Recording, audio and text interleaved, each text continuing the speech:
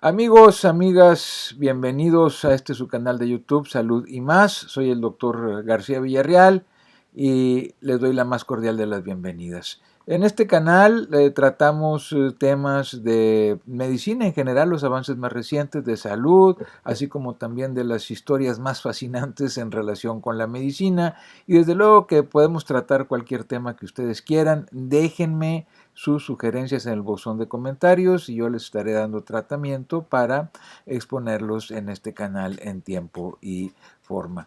Pero antes de continuar, yo los quisiera invitar a que se suscriban a este canal, que le den like si les gusta el contenido de que estamos difundiendo a través del mismo, que activen la campanita para que reciban las notificaciones cada vez que subamos nuevo material. Les anticipo que todavía tenemos muchísimos episodios, ya vamos en el quinto de cardiopatía isquémica e infarto del miocardio, y créanme lo que cada vez está saliendo más y más y más material. Yo creo que tenemos suficiente material por ahora para ir sobre los 10 episodios. Y claro, esto no es un canal académico, es un canal para el público en general, para informarlos y ayudarles a tomar las decisiones más correctas a la hora que tengan que decidir sobre su salud. Entonces, de tal manera que como no tenemos un speech preestablecido, claro que traemos información y en base a esa información pues la vamos desglosando, pero no hay ningún speech previamente escrito o establecido. Entonces, conforme vamos platicando, a veces, y de hecho una disculpa por favor, porque hay veces que se alarga uno, nos emocionamos, entramos en materia y se nos va el tiempo. Recuerden ustedes que es muy importante pues que no se alarguen mucho los episodios para no atiborrarlos, para no saturarlos de información. En esta ocasión, en el episodio 5 de cardiopatía isquémica e infarto del miocardio, vamos a estar hablando del paciente que no tiene síntomas, pero que tiene placas en el interior de sus arterias coronarias. Van a decir, oye, pero ¿cómo es posible? Pues sí, ya lo explicamos en algunos episodios anteriores. Hoy vamos a volver a retomar el tema. Vamos a ahondar muchísimo más en este aspecto, en este rubro, cómo se estudia este paciente, cómo se diagnostica y cuál es el tratamiento que le debemos de dar.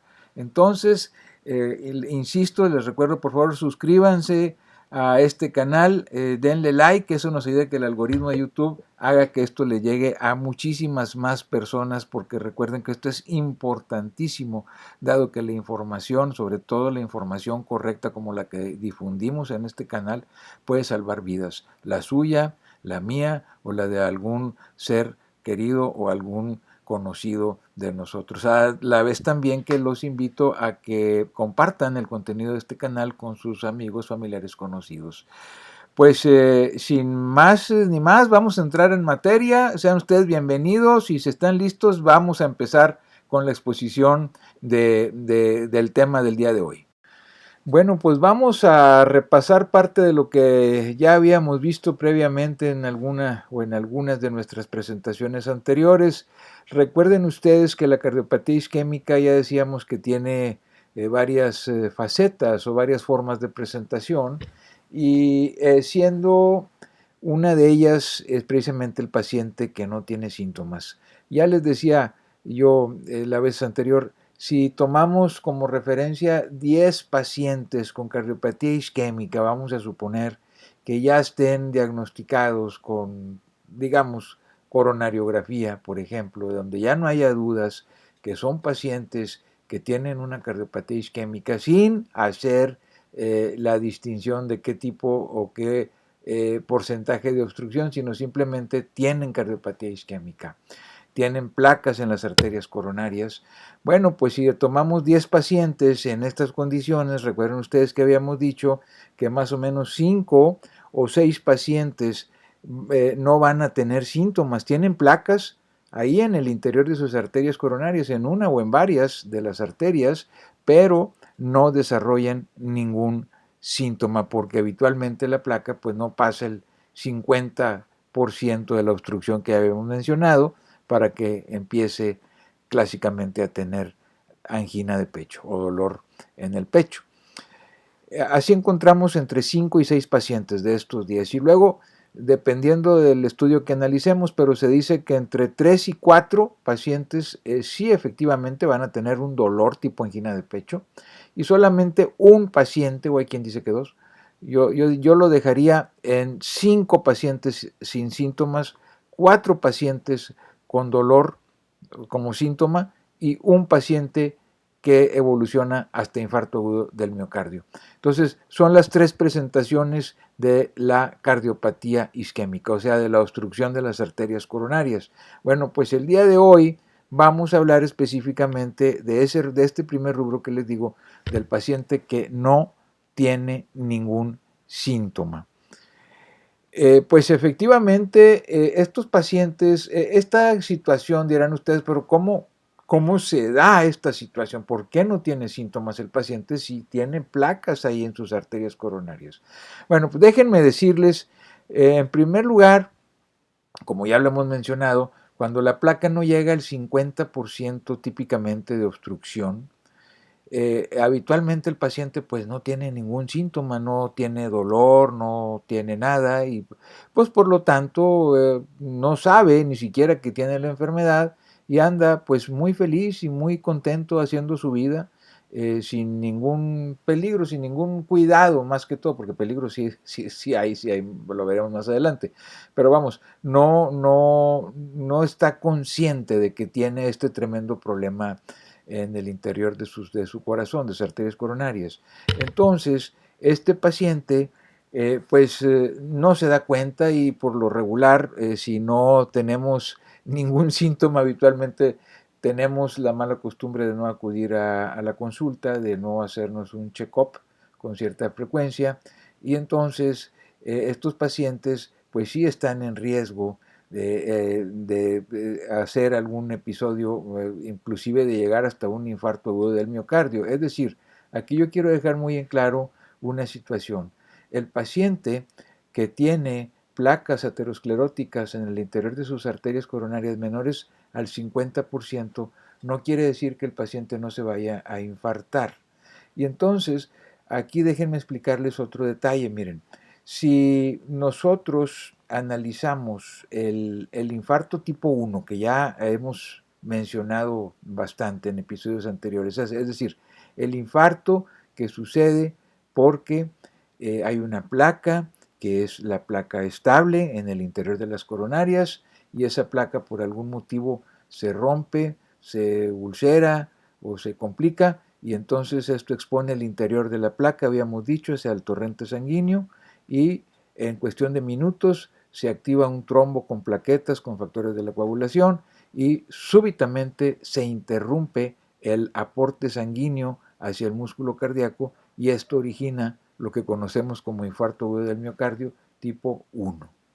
Bueno, pues sucede, ustedes pudieran pensar, siguiendo cierta lógica, que entre más avanzada esté la placa en cuanto a su grado de obstrucción, pues pudiera ser que haya una relación directa con la posibilidad de que se produzca un infarto tipo 1. Pues nada más alejado de la realidad. Déjenme decirles que no es así y se los voy a explicar a continuación. Ahora, fíjense bien, queridos amigos, este dato que les voy a dar es sumamente importante porque está en relación con todo esto que venimos platicando. Si tomamos 10 pacientes con infarto tipo 1, insisto, el infarto clásico, ¿verdad? El infarto que se complicó la placa, se rompió y se trombosó súbitamente la arteria coronaria y produjo un infarto transmural. Bueno, ese infarto que todo el mundo nos imaginamos. Si tomamos 10 pacientes con infarto tipo 1, 6 pacientes de esos 10 van a tener placas obstructivas menores al 50%. Y el restante, pues, que alguien dice 3, 4 pacientes, van a tener placas que sí son obstructivas más allá del 50%. Entonces, estamos viendo aquí una probable discordancia con la lógica. La lógica indicaría, bueno, pues si tiene más obstrucción, pues lo lógico es pensar en que aumentaría la posibilidad de un infarto. Pues no, no es así. Insisto, estamos hablando del infarto tipo 1, del clásico. Entonces, hay que pensar de la siguiente forma, el tener placas menores al 50% no nos exime, o sea, no nos saca de la posibilidad, no nos excluye de la posibilidad de tener un infarto agudo del miocardio. Desde luego, es una pregunta que me la hacen con mucha frecuencia y yo siempre les contesto lo mismo, categóricamente. sí es posible que la persona no haya previamente tenido síntomas y en un momento dado ya tenía unas placas que no le habían dado ningún síntoma porque son más o menos del 50%, pero que por alguna razón la placa aterosclerótica se complicó y se tapa súbitamente la arteria, definitivamente. Ahora, la buena noticia dentro de todo esto, dentro de estas tragedias, es de que si tomamos, por ejemplo, 100 pacientes con placas que no son obstructivas, más allá del 50%, pues solamente 5 de estos 100 van a ocasionar un infarto agudo del miocardio tipo 1. Solamente 5, es una porción muy, muy pequeña, pero hay que tenerlo en mente. Entonces, de aquí se deriva que pues la población en general, porque pues no podemos saber, insisto, hay pacientes que, o hay individuos que traen las placas y no saben porque nunca han tenido síntomas y no tenemos la costumbre de ir al médico mientras no haya ningún problema, ¿verdad? Entonces, esto hace que el diagnóstico pues se vuelva un poco más difícil y pase la mayoría de las veces desapercibido. Es por eso que las guías clínicas tradicionalmente se recomiendan el check-up cardiovascular del individuo en el caso del paciente o del individuo masculino a los 40 años en adelante o en el caso de las mujeres de los 50 años en adelante. Pero ¿cómo se estudian estos pacientes? Miren, lejos de lo que se pudiera creer, el primer paso no es hacer estudios costosos ni estudios invasivos. Si alguien lo hace, pues lamento decirles que la cosa no va por ahí. Claro que hay excepciones a la regla, pero mire usted, le voy a explicar en detalle. Hoy en día la medicina pues está muy avanzada y actualmente tenemos calculadoras online o que se pueden utilizar a través de una aplicación en el iPhone o en el smartphone y que nos dan la probabilidad de riesgo, estudian la posibilidad, la probabilidad de riesgo para un evento cardiovascular dentro de los próximos 10 años del paciente que estemos analizando. Y estas calculadoras son el resultado del análisis de miles y miles y quizá millones de pacientes que ya han pasado por esta situación y ahora con la inteligencia artificial y los modelos matemáticos se sacan coeficientes y constantemente están calibrando y luego se validan desde luego estas herramientas y se aplican a la población en general. Habitualmente toman en cuenta parámetros del paciente que ya hemos mencionado aquí, como los factores de riesgo que les decía, es decir, si fuma, si es diabético, si es hipertenso, si tiene colesterol alto, el colesterol bueno, el colesterol malo, si tiene antecedentes en la familia de enfermedad cardíaca prematura, que es aquella que sucede en los hombres antes de los 55 años o en las mujeres antes de los 65 años como muerte cardíaca. Y si es diabético, no sé si ya lo mencioné, entonces estos son los factores de riesgo y ahí se los preguntan a uno y uno los va insertando ahí ahorita les voy a dar un ejemplo, lo vamos a poner en pantalla. Y claro, también las condiciones clínicas de uno ahí se las van preguntando, las va uno insertando, eh, los valores del colesterol, los valores de algunos otros, de la presión sanguínea, en fin, etcétera. Y luego hay calculadoras muy específicas, hay unas que inclusive toman en cuenta el índice de masa corporal, por ejemplo, para ver si tiene obesidad o sobrepeso, que es otro de los factores de riesgo que se me pasó a mencionar. Hay otras calculadoras que están especializadas, por ejemplo, en pacientes que tienen cierta falla renal, ¿verdad? Y hay otras que son para, le llaman older people, o sea, pacientes de mayores de 70 años, en fin. Y hay muchas calculadoras, ¿eh? La verdad es que todas son buenísimas, quizá unas mejores que otras, pero miren, por ejemplo, las que tradicionalmente se usan. Esas calculadoras que le van a decir usted el riesgo, la posibilidad de que usted tenga un evento cardiovascular, entendiendo por evento cardiovascular todo aquello que está, es decir, en este caso, de enfermedad aterosclerótica cardiovascular es todo lo que está relacionado con placas de ateromas, que puede ser en las coronarias, puede ser en las carótidas o en cualquier otra parte del cuerpo, habitualmente en las ilíacas, en las femorales, en las pupilas, en fin, pero con particular atención hacia las coronarias y hacia las carótidas. Entonces, básicamente resumimos la posibilidad de que usted tenga un evento fatal o no fatal de tipo infarto del miocardio o una embolia cerebral en la próxima década. Entonces, esto, le digo, incluye hasta 10 años esta posibilidad. De tal manera que uno le va inyectando en estos calculadoras los datos que le van preguntando y le arroja un resultado.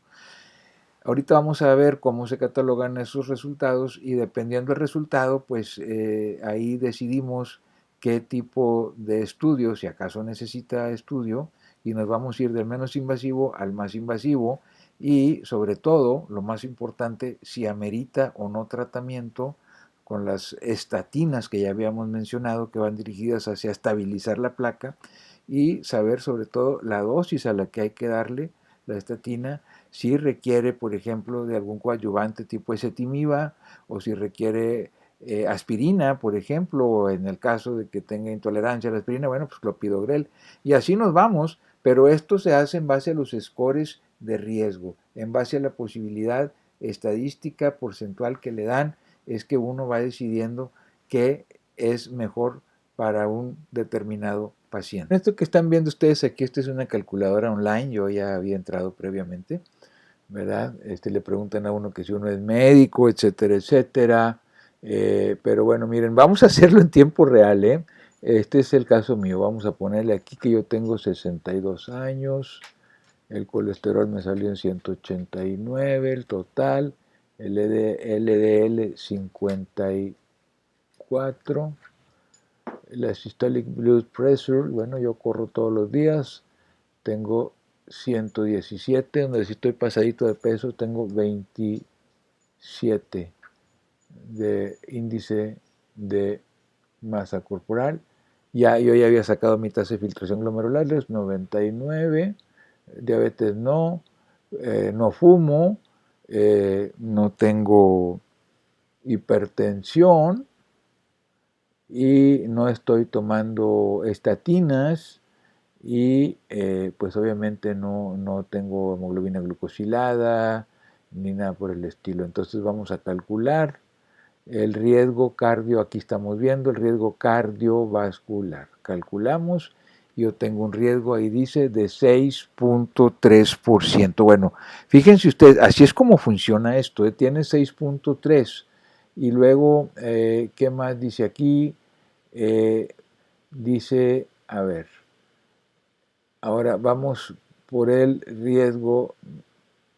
Aquí el riesgo, este fue un riesgo cardiovascular, ahí va incluido todo lo que es cardiovascular, 6.3. Pero para desarrollar enfermedad de aterosclerosis de las coronarias o de las carótidas, mi riesgo es 3.9%. O sea, es bastante bajo, ¿verdad? Aquí les voy a leer, dice, las nuevas guías clínicas para la presión arterial recomiendan usar Preven Cardiovascular Disease. Bueno, pues eso ya lo vimos, yo tengo 6.3 y aquí el show empieza después de los 7.5%. O sea, no aplico, yo ahí quedo sin efecto, ¿verdad? Y para el manejo y decisiones acerca del colesterol y de la prevención de falla cardíaca, que es lo que estamos viendo, prevenir el infarto del miocardio, el Preven AS, el Atherosclerotic Cardiovascular Disease, ya lo vimos, este me da 3.9, es muy bajito. Como vamos a ver más adelante, existen algunos porcentajes que se mencionan por ahí, ahorita se los digo, y es de menos de 5, pues es riesgo bajo, ¿verdad? Yo estoy ahí. Y así a grosso modo va de 5 a 20 es riesgo intermedio y más de 20 ya es riesgo alto. Entonces en este caso pues yo ya la hice, ya saqué 3.9, vamos a ver para falla cardíaca, 2.8, no, pues menos, ¿verdad? Está muy bajito, yo saco 3.8, pues ya la hice, ya prácticamente, si me sigo cuidando, pues ya la hice, yo me cuido, trato de estar más o menos en límites, hacer ejercicio diario, ya después hablaremos de esto, cuántos minutos a la semana, con qué intensidad, etcétera. Y bueno, pues aquí estamos viendo los resultados de estarse cuidando, ¿verdad? Bueno, esta es la calculadora Prevent. Así como esta, hay algunas otras. Déjenme hacer un paréntesis aquí, ahorita les pongo otro video, para que vean cómo se usa, por ejemplo, el SCOR-2 o el Atherosclerotic Cardiovascular Disease Plus, pero del American College of Cardiology, por ejemplo. Hay varias que utilizamos. Entonces, este es el Atherosclerotic Cardiovascular Disease Risk Estimator Plus. Esto es del American College of Cardiology. Vamos a hacerlo. A ver, aquí yo lo había hecho, pero vamos a ir a tiempo real. A ver, vamos a hacerlo. Aquí vamos. Bueno, fíjense lo que dice aquí. Esta aplicación o calculadora debe ser usada para pacientes con prevención primaria, es decir, aquellos pacientes que no tienen enfermedad aterosclerótica cardiovascular, cuando menos conocida. Es decir, si el paciente ya tuvo un infarto, si ya tuvo cirugía de bypass coronario, si ya tuvo una angioplastia con stent, etcétera, o simplemente ya sabe que tiene cardiopatía isquémica con lesiones en las arterias, olvídense, esto no aplica, porque eso automáticamente les da, los cataloga como alto riesgo, entonces ya no hay necesidad de estar buscando puntajes aquí, ¿verdad? Ya automáticamente pasan con un riesgo más allá del 20%. Miren, vamos a hacerlo aquí en tiempo real, que conste que estamos en tiempo real.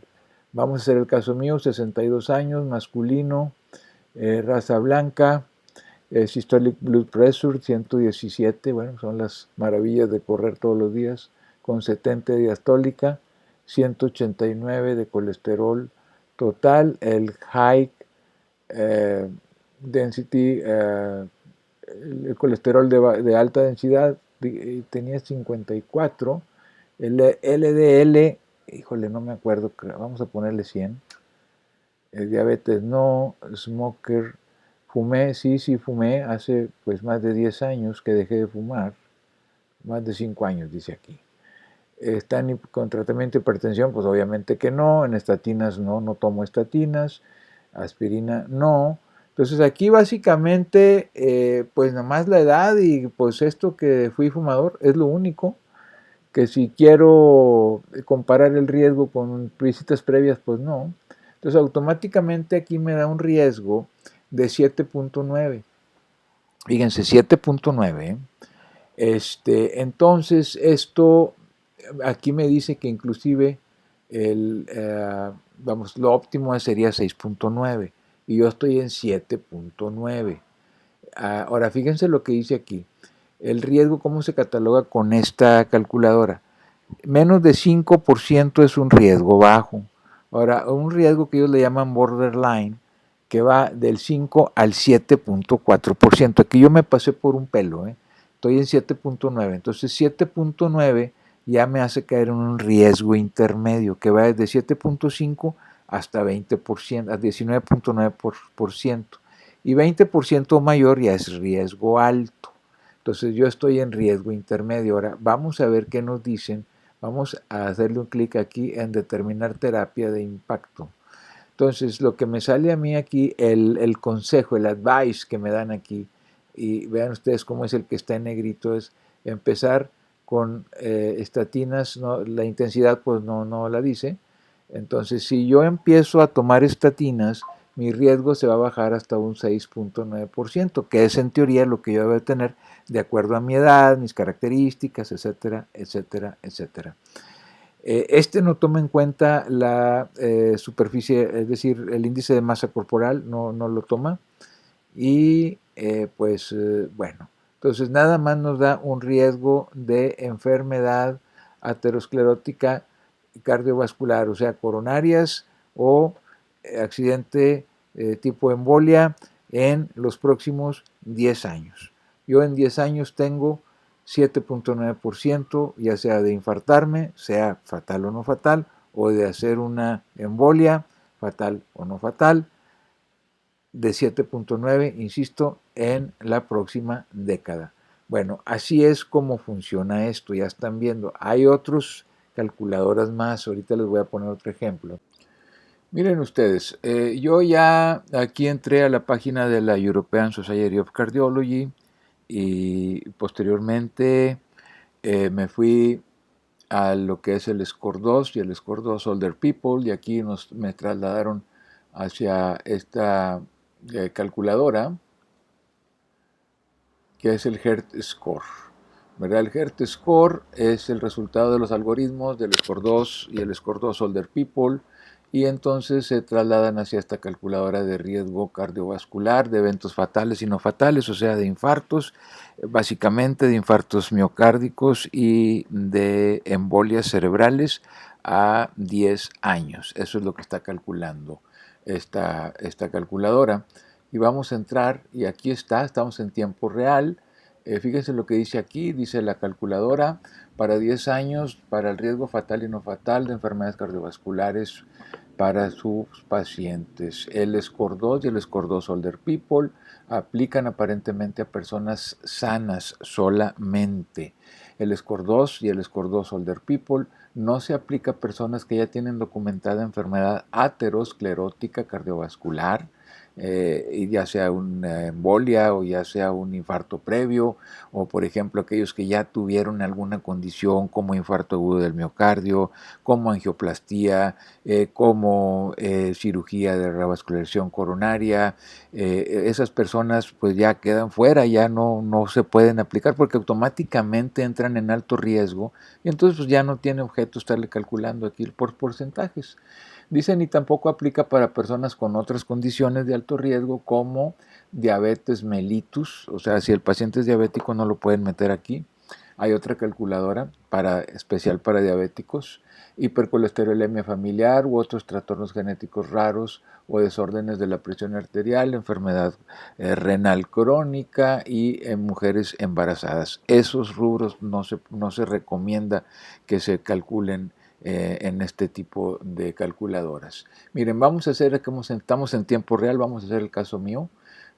Para ejemplificar, yo soy de octubre del 62, ahí estoy, masculino, systolic blood pressure, aunque usted no lo crea, 117, yo corro todos los días. El beneficio del colesterol total me salió en el último perfil de lípidos 189, y el colesterol bueno, el de alta densidad, me salió en 54. El LDL, si mal no recuerdo, creo que andaba como en 100. Vamos a ponerle aquí 100. Current Smoker, o sea, ¿actualmente fuma o no fuma? Pues no, actualmente no fumo. Este no trae para que si yo fui anteriormente, como te acuerdan el otro, el del American College of Cardiology, si traía, este no trae. Entonces le ponemos no y vamos a calcular el riesgo. Y entonces aquí automáticamente me da aquí mis personales, todo lo que yo puse ahí me arroja un riesgo de que yo sufra un infarto o una embolia de aquí a 10 años de 6.3%. Esto es lo más importante. Entonces, ¿cómo me catalogo yo? Pues si consideramos que el riesgo bajo es hasta por debajo de 5%, el riesgo moderado o intermedio es en términos generales desde el 5 hasta el 19.9%, pues entonces yo me ubico ahí. Y luego ya de 20% más es un riesgo alto, entonces automáticamente caigo en riesgo moderado. ¿Qué sigue? Bueno, pues lo que sigue es un poquito más difícil porque ya es calcular si es candidato o no a algún tipo de prevención a base de estatinas principalmente, el estilo de vida también se recomienda, en fin, etcétera, etcétera, etcétera. Eso después lo vamos a ver porque es un poco más complejo, más complicado, es dependiendo del perfil de lípidos que tengamos, las metas que hay que perseguir con las estatinas, y de ahí que sean estatinas a dosis moderadas, dosis altas, el tipo de estatinas que vamos a dar. O sea, todo eso lo vamos a ir eslabonando, pero en base, y esto es lo que quiero resaltar aquí, al porcentaje que vamos a obtener. Más adelante lo vamos a ir viendo eso poco a poco. Miren, este score que estamos viendo aquí en pantalla es el que se utiliza para los diabéticos. Este proviene del score 2, que se utiliza fundamentalmente en Europa, y es muy parecido a los que hemos utilizado. Como pueden ver ustedes aquí, piden pues casi los mismos parámetros, excepto que aquí ya se meten con hemoglobina glucosilada, por ejemplo, y con tasa de filtración glomerular. Si ustedes le hacen aquí un clic, los traslada a otra ventana donde ustedes pueden, por ejemplo, con creatinina, eh, ahí le pueden ustedes realizar el cálculo.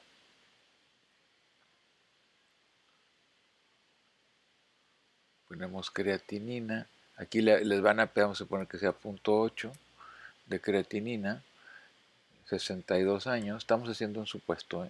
Entonces me da este número, 100 mililitros por minuto por cada 73 metros cuadrados. Esa es mi tasa de filtración glomerular. Entonces, ese 100, bueno, pues ya lo ponen ustedes ahí, ¿verdad? Y entonces ya le dan ustedes aquí un clic.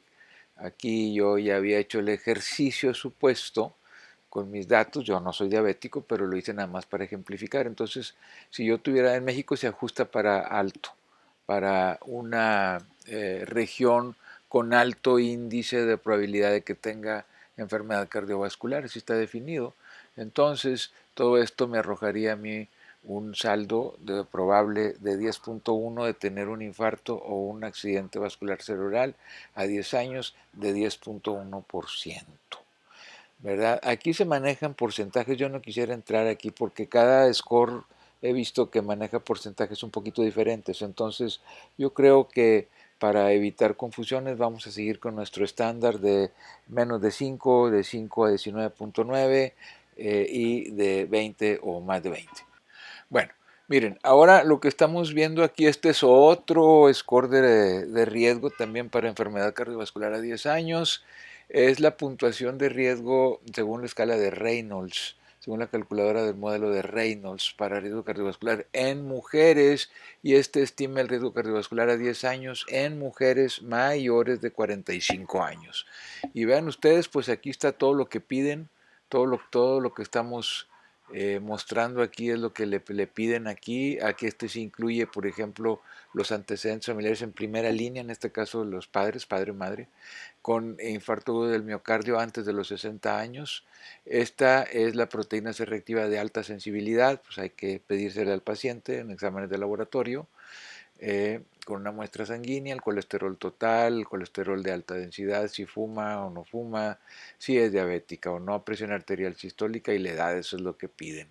Pues aquí pues no podemos hacer, porque pues no tenemos un paciente para ponerle los datos reales, ¿verdad? Entonces, pero básicamente lo que quiero que vean es de que es otro score más para condiciones específicas, es decir, hay muchos scores porque hay pues mucha diversidad de pacientes y no todo el score se aplica para todos los pacientes. Entonces hay subrubros especiales, entonces hay que saber seleccionar el score que tenemos que aplicar para un determinado paciente. Y lo más importante, vuelvo a insistir, pues es el riesgo, que nos arroja, y luego en base a eso pues ya vamos a definir qué es lo que sigue, si indicamos algún estudio o nos vamos directo con el tratamiento, con estatinas o alguna otra medicamento en especial.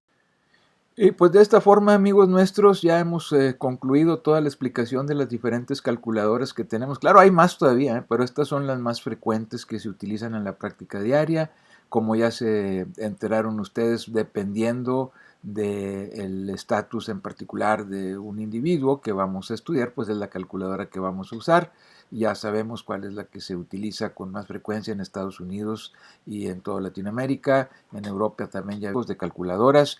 Lo importante es obtener el riesgo cardiovascular, todas las dan presenta 10 años, tanto para infarto fatal o no fatal, como para embolia, accidente cerebrovascular fatal o no fatal, ambos a 10 años, y en base a esto es lo que sigue y es lo que los invito a que en el próximo programa nos sigan, porque vamos a hablar en base a este porcentaje, que es lo que sigue, es normar un tratamiento adecuado para este paciente que esté acorde con el porcentaje que nos ha arrojado la calculadora de riesgo, que es básicamente son estatinas, que es un medicamento que va dirigido a estabilizar la placa para que no se vaya a complicar y vaya a producir un infarto tipo 1. Pues si les gustó el contenido de este canal, yo los invito a que le den like, a que se suscriban, que activen la campanita para que reciban las notificaciones cada vez que subamos nuevo material a este canal, sea parte de la comunidad Salud y Más, y yo los invito a que me sigan en la próxima emisión de nuestro canal en YouTube, Salud y Más. Soy el doctor García Villarreal. Les agradezco que me hayan seguido en esta emisión de nuestro programa y los invito a que en la próxima, como ya les comenté, vamos a hablar de los tratamientos específicos para cada paciente según el puntaje que hayamos obtenido con las calculadoras de riesgo cardiovascular. Muchísimas gracias por su atención y los espero en la próxima emisión de Salud y Más.